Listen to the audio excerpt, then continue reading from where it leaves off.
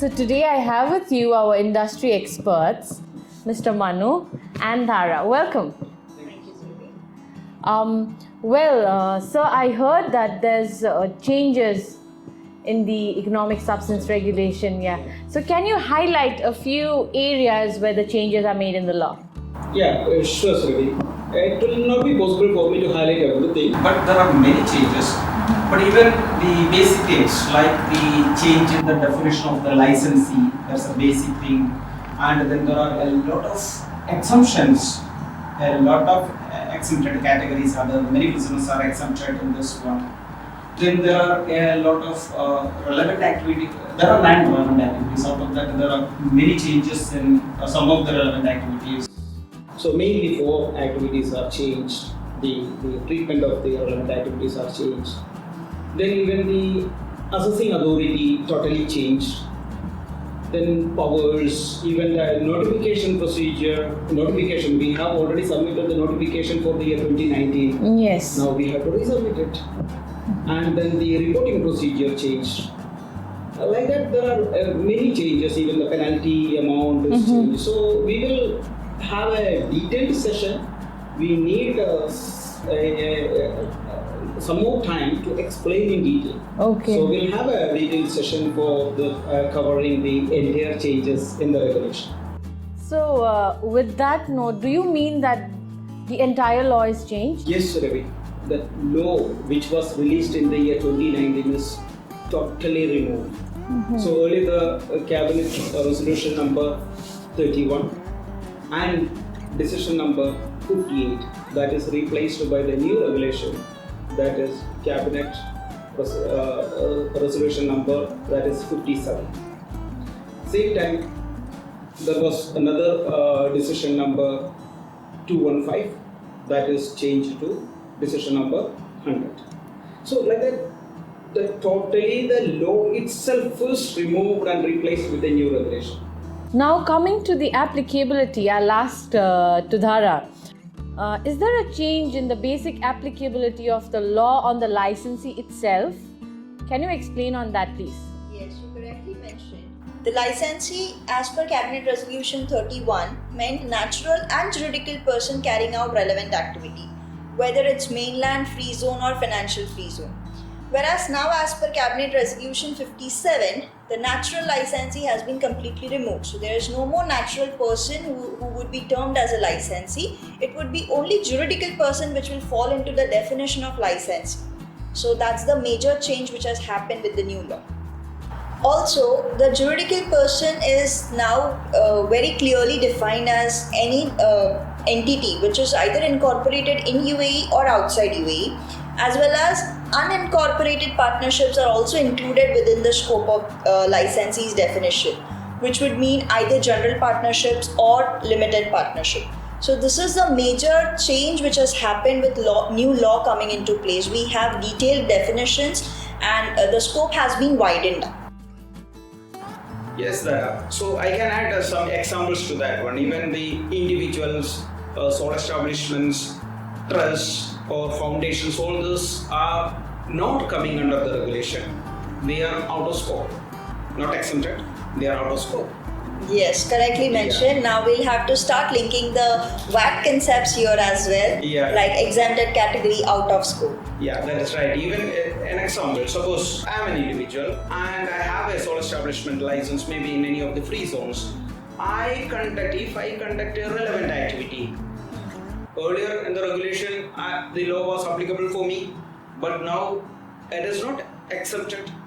It is out of scope. Even though I am conducting relevant activity, I am not in the purview of economic substance regulation. Maybe I may be conducting an activity of shipping business, provided that is allowed for a sole establishment license. Still, the regulation will not be applicable. So that's the biggest change what I noticed in the regulation. One of the biggest changes I noticed in the new regulation. Dhara, whether the law is applicable to all relevant activities conducting business in the UAE, or is there a thing called exempted category for this law? You are rightly on the point.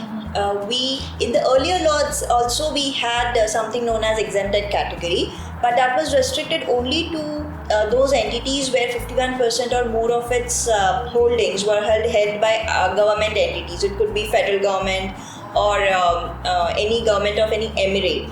But now that has not been observed in the new regulation. What we observe in new regulation is the exempted licensee category has been extended more, and now it includes an investment fund. It has a tax resident who is outside UAE. So if your entity is is a tax resident outside UAE, where your income which is generated in UAE gets taxed outside, then you will fall into the definition of exempted licensee. Also, the branch licenses who have their head office or their parent company outside UAE, and if that branch income gets taxed with the parent company's income, then it will fall into the exempted category. A very big change which we have observed is the entities or the groups which are held by one or more resident or the citizen of UAE, and since they do not have any connections outside UAE, they only do business inside UAE, they are also falling into the definition of exempted licensee. Yeah, that is right there. Yeah. So by giving an example, it will be more clear for the audience. Correct. So actually, the banking business, as an example, banking business is one of the relevant activities. So if any entity is doing a banking business, then normally it will come under economic substance regulation. Correct. But here, as you rightly mentioned, suppose the shareholders of the bankers purely by UAE residents, maybe a UAE national or GCC national or any other expatriate, but a UAE resident. More than one or UAE residents are holding 100% shares. If they are not conducting any activity outside the UAE and not forming part of multinational entities, MNE, then this category of business is exempted from the regulation. So it is an exempted licensee. Simply saying that exempted licensee doesn't mean that they have no responsibility.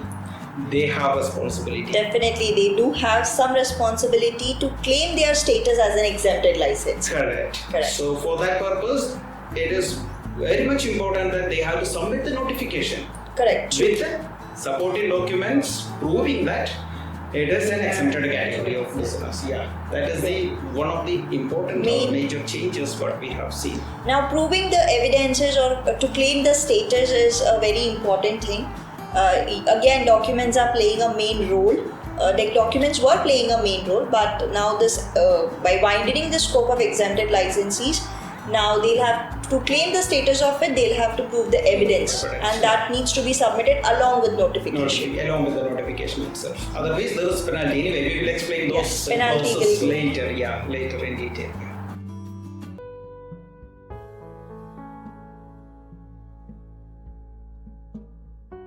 Mr. Manu, would you like to tell the changes on the relevant activities? Yes, Ravi. There are, as you know, that there are 9 relevant activities. Yeah. Banking, insurance, investment fund management, shipping, like that. There are 9 relevant activities. Out of that, in the new regulation, there are changes on 4 relevant activities. They are distribution and service center business, holding company business, intellectual property business, and investment fund management business. So we notice major changes in 4 relevant activities. Okay, so today we'll be focusing on distribution and service center. Today we will be focusing on distribution and service center business in detail. Okay. Distribution and service center business. This is one of my favorite relevant activities because for many this is confusing topic. We had a lot of sessions earlier, a lot of debates, discussion and conclusions. Now in the new economic substance regulation, we notice a lot of changes. Basically, the definition. In the distribution and service center business, earlier in the regulation, it was mentioned that purchasing from a foreign connected person, importing and storing in the UAE, then distributing those goods or reselling those goods outside the UAE. Keep in mind, purchasing from a foreign connected person, it's clear. Importing and storing in the UAE and selling those goods outside the UAE. Now in the new regulation, importing and storing in the UAE and selling outside the UAE, these two words or these two lines are removed. So net impact, purchasing from a foreign connected person and selling those goods. Purchasing from a foreign connected person and selling those goods. It's very simple. So here my colleague Thara is there to give very interesting examples on this. Yes, as you rightly said, now the definition has changed as per new regulation. Now it's only purchasing from a foreign connected person and reselling those goods, which means even if you are reselling it to third parties within UAE, it will be considered as a distribution center. As well as there was a great confusion, you must be knowing it very well, for high seas sale. So now even high seas sale will be considered as one of the relevant activity, that is distribution business, and it will be covered within the scope. Here I would like to present one example to the audience that suppose in this given example, an entity is in the UAE and it is purchasing from a foreign connected person which is in China. Okay, and this UAE entity is reselling these goods within UAE, maybe to third party or to some other persons, we don't know. This scenario was not getting covered as per many other industries expert previously in the law. But we had taken a stand that this scenario would also get covered as per the ESR regulation based on the OECD's BEPS Action Plan 5. The second scenario is of high seas, where the UAE entity is purchasing from a foreign connected person in China and reselling, which is a high sea transaction. It's reselling these goods to USA. Even this portion would get covered because now it's only reselling. Buying from FCP and reselling. Yeah. So and both the scenario would get covered. Goods are not coming into UAE. Yes. It is directly moving through. So now it's not imported and stored within UAE. It's directly going. Of course. Even we have taken the same stand earlier itself, because by considering the intention of the regulation, by reading the OECD's BEPS Action 5. So now the law make it very clear that that stand is right. Correct. There's no confusion anymore on that subject. Yeah, correct. Yeah. So the next would be service center. Yeah, service center activity related also. It was mentioned in the regulation earlier. The service center means providing service to a foreign connected person for their business outside the UAE. But now the word outside the UAE is removed. So in effect, providing a service to a foreign connected person anywhere, whether it is in UAE or outside the UAE, the law is applicable. That means it will become a relevant activity. You were discussing about a foreign connected person in your discussion. Can you throw a little light on that, please? Yes, rightly mentioned. Now with this, it would be easy for the audience to get connected to the new definitions of connected person and foreign connected person. Even the definitions of CP and FCP has undergone change, which means that as per old ESR regulation, connected person was meant to be a natural or juridical person which is related to one or more natural or juridical person, either with direct or indirect ownership or control. Whereas as per new regulation, a connected person is an entity of a group. So definitely we'll come on to the definition of the group and other related definitions. But the definition has changed of the connected person. Now it has become shorter and simpler. Next is foreign connected person. So as per old regulation, foreign connected person was meant to be an entity which is a resident or deemed resident outside UAE. But as per new ESR regulation, foreign connected person is an entity who is tax resident outside UAE. Now the tax residency of the entity or the person is given more importance. So if you being a tax resident of some other country, then you cannot be a tax resident of UAE. So that is the whole change which has taken place. In the foreign connected person definition, the new terminology came in as group. So what's a group? An entity which is forming part of a group is a connected person. So the group means an entity, one or two or more entities related through control or ownership, which is supposed to be consolidated, which is supposed to prepare a consolidated financial statement as per the relevant accounting standard. So the relevant accounting standard, internationally accepted accounting standard, is the IFRS. So we have to refer to IFRS 10 to understand who's really a foreign connected person. So this is a new change in the regulation. So the scope is widened a little bit more.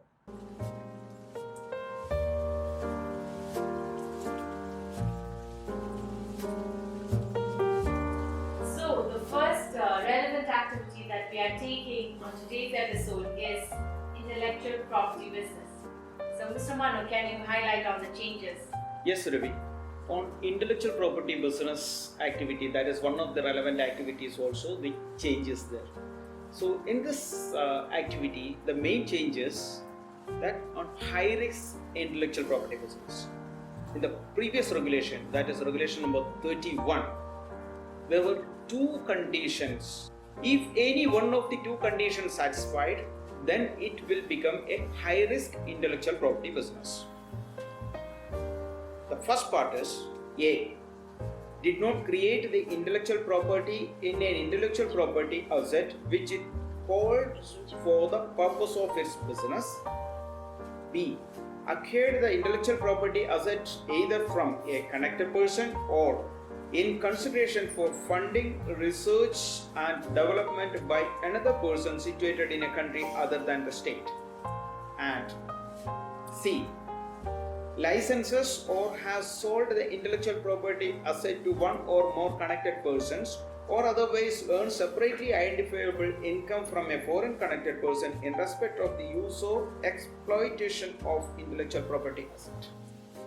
There is one more condition. If the second condition is satisfied, then also the licensee will be called as high risk intellectual property business.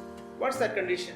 The licensee does not carry out research and development or branding, marketing and distribution as part of its trade or income generating activity. Now, the second condition is totally removed.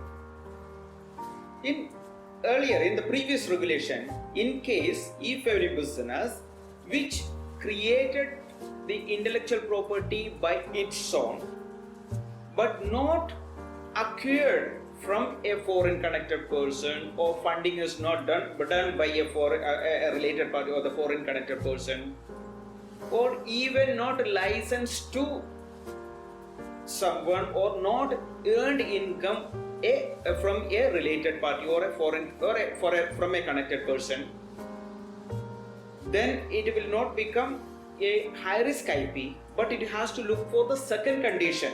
That means in case if the licensee did not conduct a research and development or it did not create a branding, marketing, etc., in that case it will automatically become a high risk IP.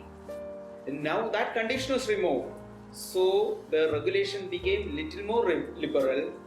Even without branding and marketing or without conducting a research and development, even though they earn income from the intellectual property, it will not become a high risk intellectual property business. Let us learn this one with an example. Assume that there is a company registered in the UAE.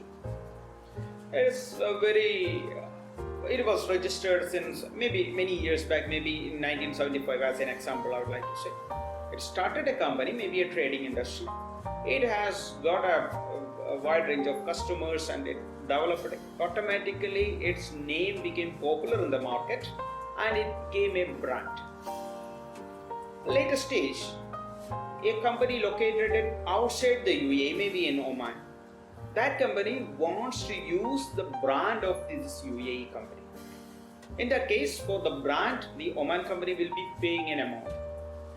This is an intellectual property business, but now in the new regulation, it will not become automatically a high-risk intellectual property business, provided the UAE company is not doing any branding, marketing, etc., or even it didn't do any research and development to develop that brand. So in that case, it will not become a high-risk intellectual property business. It will become an intellectual property business, but it will not become a high-risk intellectual property business. However, in the previous regulation, it would have been a high-risk intellectual property business. As rightly mentioned by you, that was quite a difficult. Yeah, it is a little high-risk intellectual property business. Yeah. Yes. So moving forward, that was all about intellectual property business. Now we'll be discussing on investment fund management. And for investment fund management, I would like to ask Ms. Tara to shed some light on it. Yes, Survi, as high-risk IP business is really a tough one, and it's very difficult for every one of us to digest. But Mr. Manu explained it in a very easy manner, and now it has become much more simpler. So with this, let's move on to investment fund management. That what are the major changes that has happened in investment fund management business? So as per old cabinet resolution, investment fund management itself was not considered as investment fund management business, which means it was out of the scope. The regulation was not at all applicable to investment fund. Whereas as per new regulation, investment fund is under exempted category. So let me explain you with the help of an example. How is it's gonna impact? So suppose ABC, let's name a company as ABC. It's into an investment fund. It's an investment fund, okay? So as per old regulation, it was not getting covered under ESR. The law will not at all be applicable. It was out of scope. Whereas in the new regulation, this particular company, which is into investment fund, will fall into the exempted licensee category, which means it will still have to file the notification and inform the authorities that it's an investment fund, and by which the role of it will get over. Which means here it will still have to file the notification, whereas in earlier regulation that was not required. Yeah, so Survi, that's all with investment fund management activity. Hope I had made it clear. Yes, exactly, Tara. Thank you so much on your insights on the investment fund management. And yes, moving on to the third relevant activity, that is holding company business. I would like to ask Mr. Manu, can you share some insights? Yes, Ravi. In holding company business also, there is a change. There were 3 conditions in the previous regulation. Now, in the new regulation, only 2 conditions. An entity, that is a licensee, if its sole function is acquisition or holding of shares of equitable interest, that's one condition. The second one is that if it earns revenue only from the dividends or capital gain, then only it will become a holding company business. Previously, there was another more condition, that is the third condition was there. There, a licensee should be a holding company business in accordance with the license issued by the licensing authority. Now, that sentence is removed or that condition is removed. By that, in effect, we have to look into substance over form approach. Earlier, if the licensee is having a license to do this business, that is to do the holding company business, then only it will be considered as holding company activity. Now, even if the license is not showing an activity as holding company business, but if that entity is doing a holding company business, then also it will become under the holding company business. That means we have to look into the substance over form approach.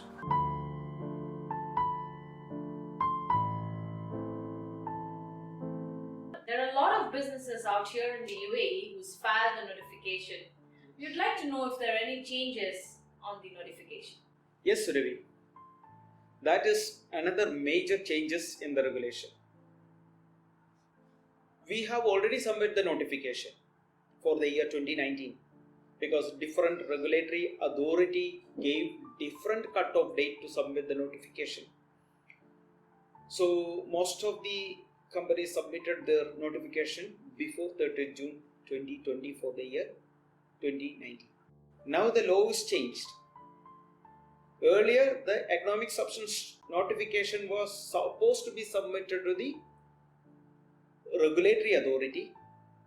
Now it is shifted to Ministry of Finance. There will be a portal which is yet to be uploaded.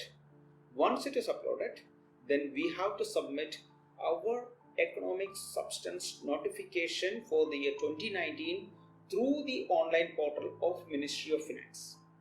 So even though you submitted your economic substance notification for the year 2019 with your regulatory authority, that is licensing authority, but now you have to submit the Ministry of Finance again. Okay, to add to that, Ms. Dhara, there are many businesses in the UAE having many branches. Is there any changes with regard to notification for the branch companies? Of course, Survi. In fact, now the branches and the main company or the parent company or the head office has been clarified in a much better way.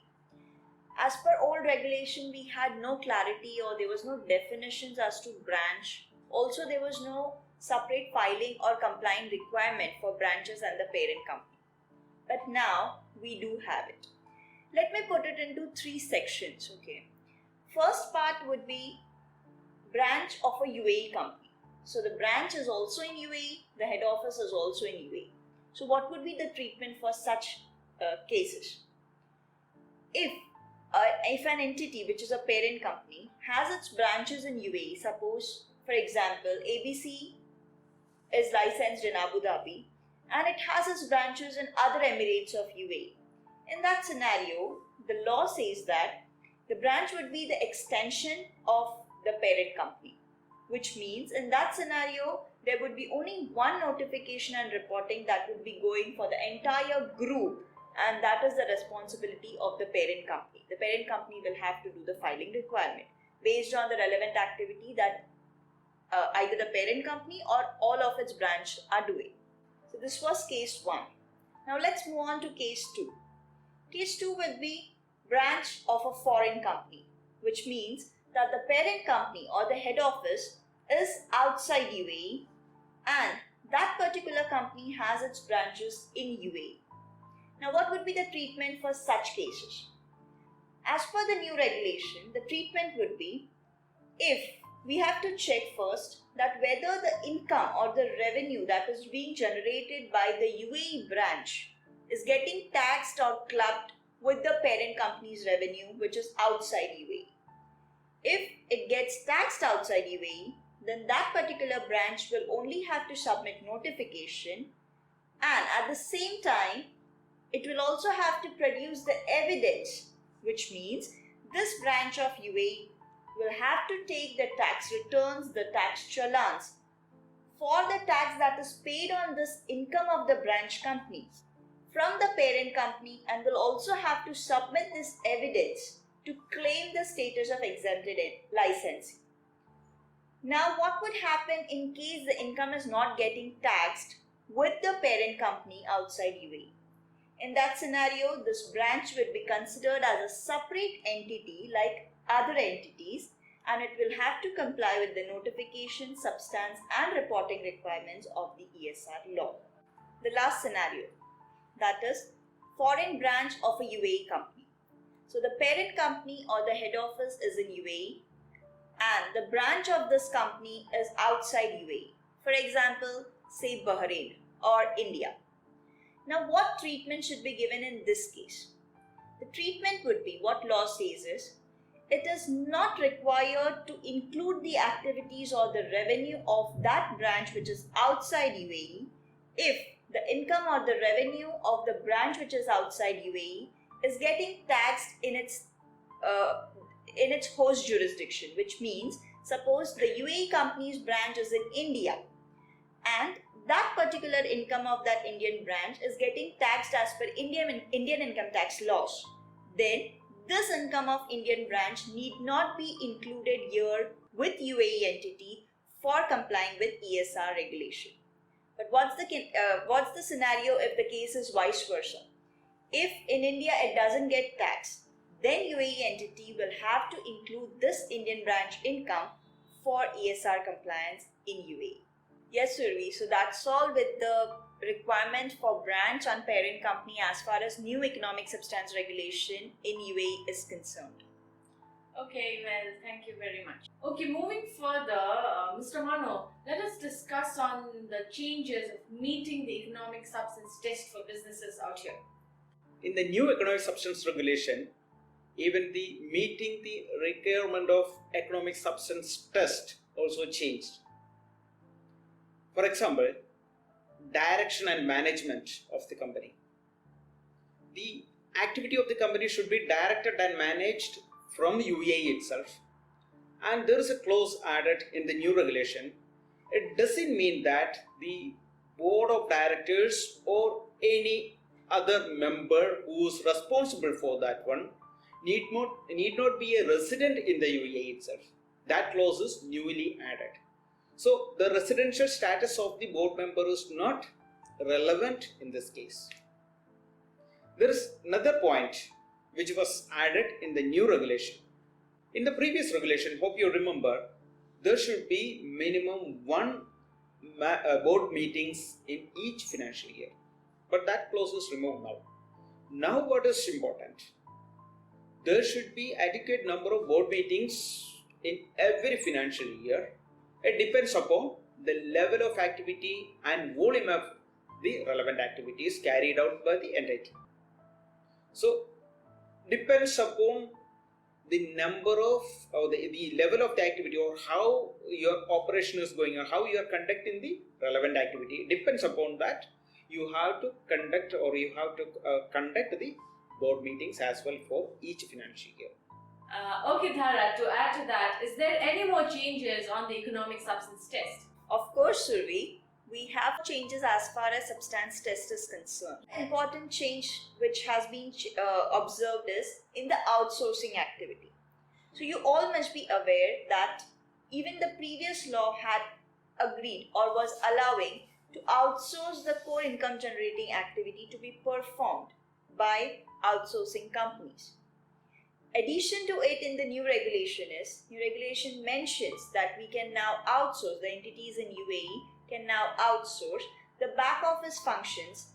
For example, IT, finance or any other support functions can also be outsourced outside UAE, which means, for example, you have your back office function in Philippines or you have a back office function in India which is supporting you to perform your SIGA in UAE. So now this is the major and an important change which has allowed by the new regulation as far as substance test is concerned.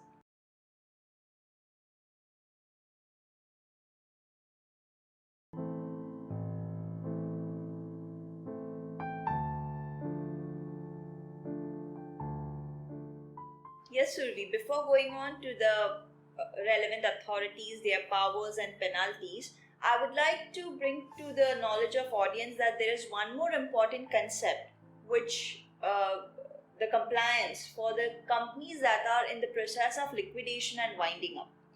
So this is an important thing that new regulation has brought into picture is what is to be done for the companies who are getting liquidated or who are in the process of winding up. How can they meet the ESR compliance? Yeah.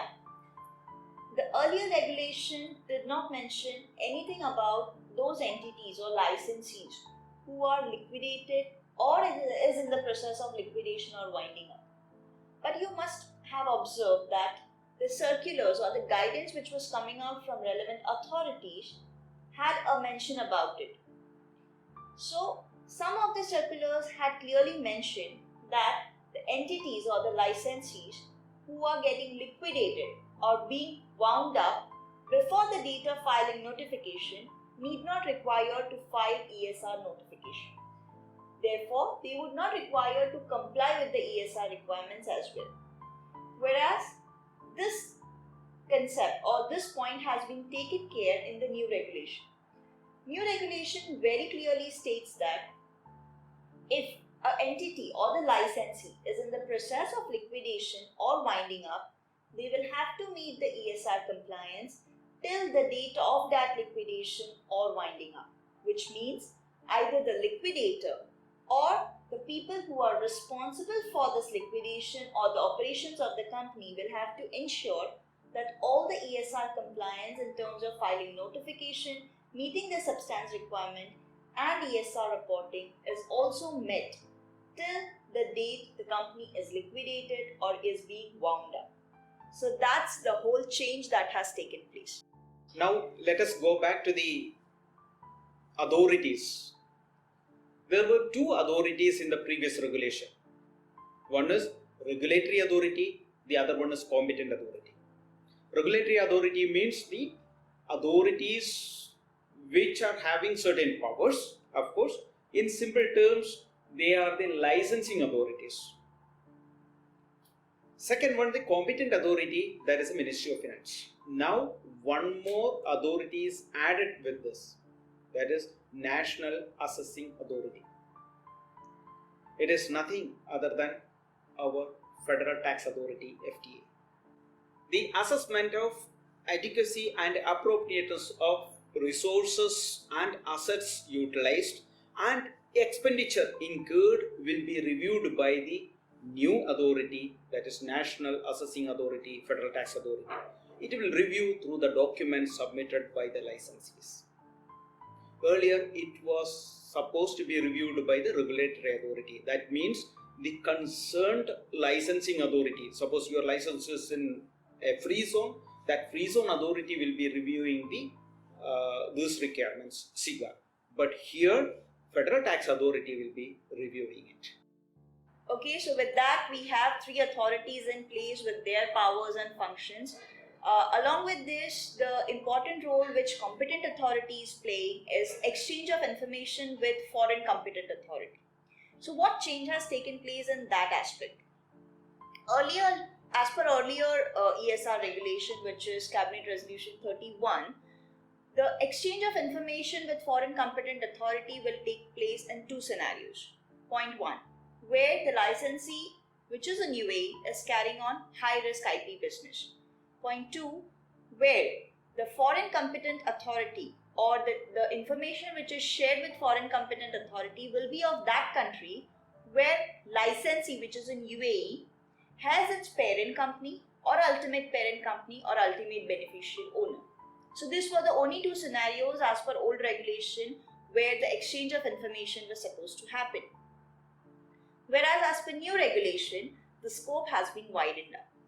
The competent authority of UAE, which is Ministry of Finance, can share or can exchange the information with foreign competent authority in 4 scenarios. 1. Definitely where the licensee is carrying on high-risk IP business. Point 2. Where the resident claims to be the tax resident of a country. So here I would like to give an example. Suppose I, being the licensee, claims myself to be tax resident of Bahrain or maybe tax resident of India. In that scenario, the competent authority, which is Ministry of Finance of UAE, will share or exchange the information with competent authority in India. This was not there in the previous law. Similarly, the branch company in UAE of a foreign entity. This scenario also, the competent authority of UAE will share the information or exchange the information with foreign competent authority of the parent company, which is outside UAE. And lastly, the licensee, if it is not meeting the substance test in UAE, the information will be exchanged with foreign competent authority. So these are the major changes that has taken place as far as powers and functions of relevant authorities are concerned. As rightly our experts have shed light on the changes related to the clauses related to authority and their powers, now we'll be discussing on the changes related to penalties with economic substance regulation. Yes, Mr. Manu, can you shed some light on the penalties? Yes. Previously, in the regulation, there were penalties for the administrative penalties were for non-compliance, submission of wrong information, or non-compliance of the not meeting the economic substance test. So all this, the penalties were 10,000 to 50,000 in the first time. If it is repeated, then it is 50,000 to 300,000. And now the laws changed. Dhara, can you just highlight the points which is there in the new regulation? Yeah, correctly mentioned. The law has changed in that angle as well. The penalty, the value has been changed. There is an introduction of a new penalty as well. So as Mr. Manu was explaining, initially the penalty in the first year of non-compliance was ranging from 10 to 50,000, whereas in subsequent repetition of the same mistake, the penalty was 50 to 300,000. Now, apart from those two non-compliance which Mr. Manu was explaining, there is an addition of one more non-compliance which is failure to meet or failure to submit the economic substance notification. So as you must be knowing, this penalty was not there earlier. Now this has come with introduction of new law. There is an additional penalty of 20,000 in case you, being a licensee or exempted licensee, fail to submit your notification itself in the first instance. Then moving forward to the next penalties, which is failure to meet the substance test, the penalty has increased from 10-50,000 or maybe in subsequent repetition. It has increased from 50,000. Now it is a lump sum amount of 50,000. There is no range. For the first time it will be 50,000. Correct. Yeah. So there is no range now 10 to 50,000. It is a straight away a lump sum amount of 50,000. Similarly, in subsequent non-compliance, the penalty is going up to 400,000. Yeah. Straight away it is 400,000. Yeah. Right. So previously we had 50,000 to 300,000. Now it is 400,000. And the same case has been repeated in case of providing inaccurate information. The penalty is ranging in the similar manner. Yeah. So this is a major change. That is one of the major changes in penalties. But there is one concern for the licensees now. As per the regulation, we have to submit the notification within 6 months from the end of the financial year. Correct. If it is not done, then 20,000 penalty will be there. Yes. For the year 2019, we have to resubmit the notification now, because earlier we submitted with our regulatory authority. Now we have to resubmit it with the Ministry of Finance. Correct. So when we submit now, 6 months expired. Yes. When we resubmit for the year 2019, now we are resubmitting. We are in the month of September, so it is crossing more than 6 months. Will there be any penalty? That is a concern for the licensees. A very good question, and the answer to which would be definitely no. The requirement of 6 months is mandatory to be met. That notification should be submitted within 6 months from Correct. the end of financial year. In that given scenario, anyways, the first notification was submitted. Now, due to changes in the relevant authorities and their functions, this is an additional requirement for the licensee to resubmit their notification. So, for all those licensees who had met the requirement of submitting the notification by 30th June, there won't be any penalty to them. Of course. But the licensees who have missed the due date, even the first due date of filing with relevant authority, it is extended. It is. We can expect. Even the Ministry of Finance, the NQ and FAQ session, they mentioned that once the portal is ready, then you can submit. So we don't expect any specific penalty for the year, but of course the compliance of the regulation is very important. We have to submit the notification on time. So with this clarity, so we hope that this is our last episode on this series of the new economic substance regulation. Hope the sessions are clear for everyone. So if you have any point to clarify further on it, of course we are always available for discussion. correct. You can reach us anytime. You can write to us your queries and we'll be there to